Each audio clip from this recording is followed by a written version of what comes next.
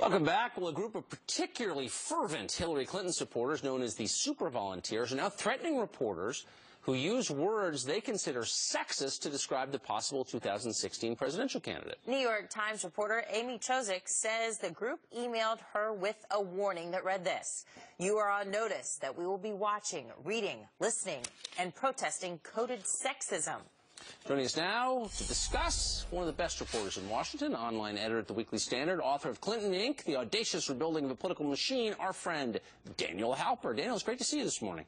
Great to see you too, Tucker and Anna. So imagine writing a story about Hillary Clinton that didn't contain one of these words. This is the banned words. Here they are: polarizing, calculating, disingenuous, insincere, ambitious, inevitable, entitled, overconfident, secretive. Help me here, Anna. We'll do anything to win represents the past, out of touch, and being told not to say it. What do you make of this? Well, listen, I'm old enough to remember when half of those phrases were used to describe Mitt Romney, and I didn't hear any objections that they were sexist or that they were uncomfortable.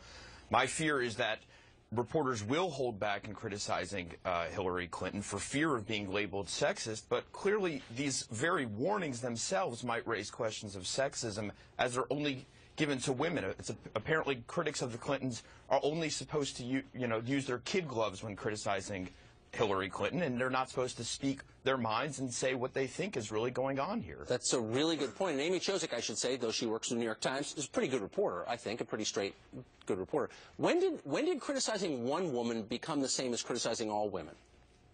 Well, I think, we saw the war on women last time around. I think we're going to see the nuclear war on women. I think it will pale in comparison to how it was last time. It's just going to be massive. Any attack on Hillary Clinton is going to be perceived as sexist by some, and I think there are a lot of people who believe that that's her strongest selling point, being the first historic female president of the United States, and they'll do anything to see that happen. And I think that's what we're going to be seeing here as the campaign progresses. It's like when we saw the former Secretary of State finally address the email scandal, and one of the first questions was, do you think this would be under such scrutiny under the microscope if you were a male and not a female? What did you think about that?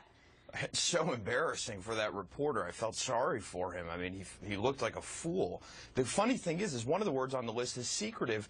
Hillary Clinton had a private dinner with some reporters this, a week or two ago. She even said that she had been secretive and that she's going to change that. So apparently she's able to use these words to describe herself, but nobody else can. I mean, the standards are just insane. Who's playing ref here, and why are they doing this? Why can't we just have a free and honest debate? What's unbelievable is you talk to the Clinton people, they really believe the New York Times is out to get them. What world do you live in if you think the New York Times is too right-wing to cover you? I think you're living in the bunker. I think you're going nuts, Send food, send survival food, because it's a weird world when Democrats fear that the New York Times is out to get them because they're reporting on a legitimate story. I mean, it's just that even the Clintons, even many Democrats are now scared of, and now all of a sudden the New York Times is out to get them. Please. Daniel Halper. Thank you so much from the Weekly Standard. Appreciate it. Thanks, Tucker and Anna. Well, the video is insane. A pro surfer gets thrown